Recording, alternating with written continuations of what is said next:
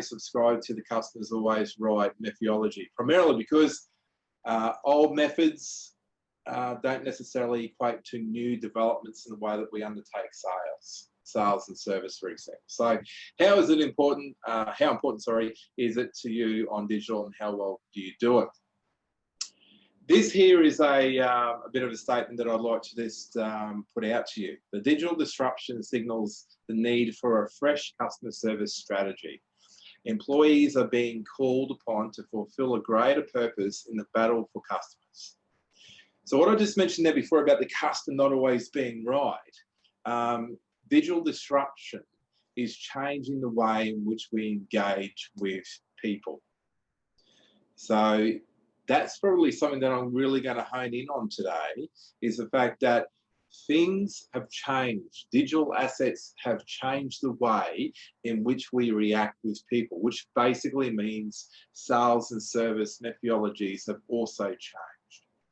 I think in one of the earlier conversations that we had as part of the webinar series is about understanding that you're a common day merchant. So a merchant, you're offering a sale and for that sale to be uptaken. Well, effectively, I use quite often the fact that you then become a digital merchant. A face-to-face merchant, digital merchant is still very much the same thing. Okay, how you actually complete that interaction, and how you actually generate that lead, how you capitalize on that lead to then turn it into a sale.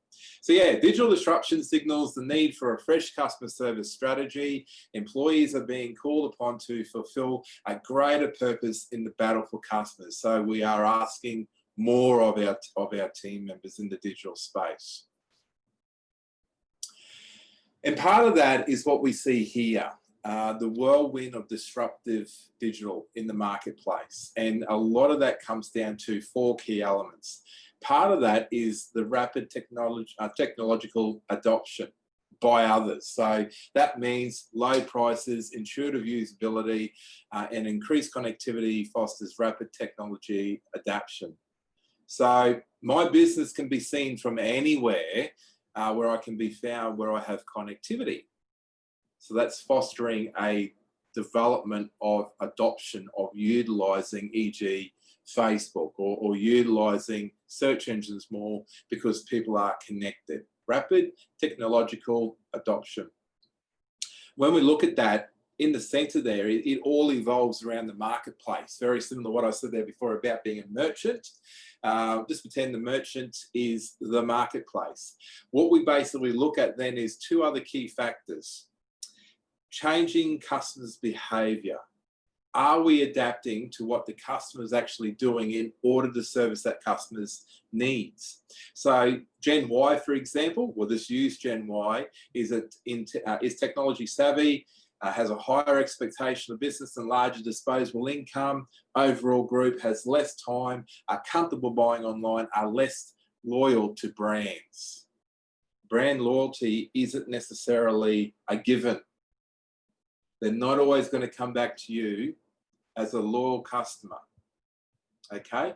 Because they've got a greater reach. They can find things more. They can see more products and services online than what they used to. That word disruptive, while that's a very strong word, disruptive, it's used very wisely in the digital space, primarily because of the amount of changes that are actually occurring in the digital space in order to try and make sure that you meet customer service, service needs. So that's very important as well.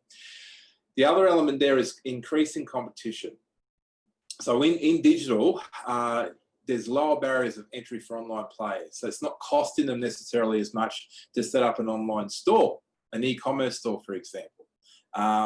So new business models, substitute products, and increased customer bargaining power results in mounting competition.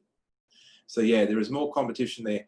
We have touched quite a few times in this series about competitors and, about people saying that they don't have competitors.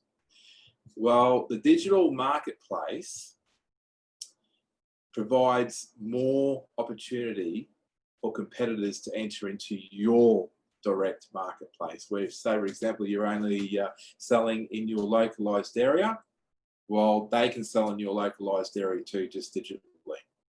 Okay, so those four key elements there that all relate back to the marketplace or as merchants, they all work together hand in hand. Okay, so it's something that's very, very easy to understand from the point of view that you're more accessible than you've ever been before. Not just as an individual, but for your business, your service, your products.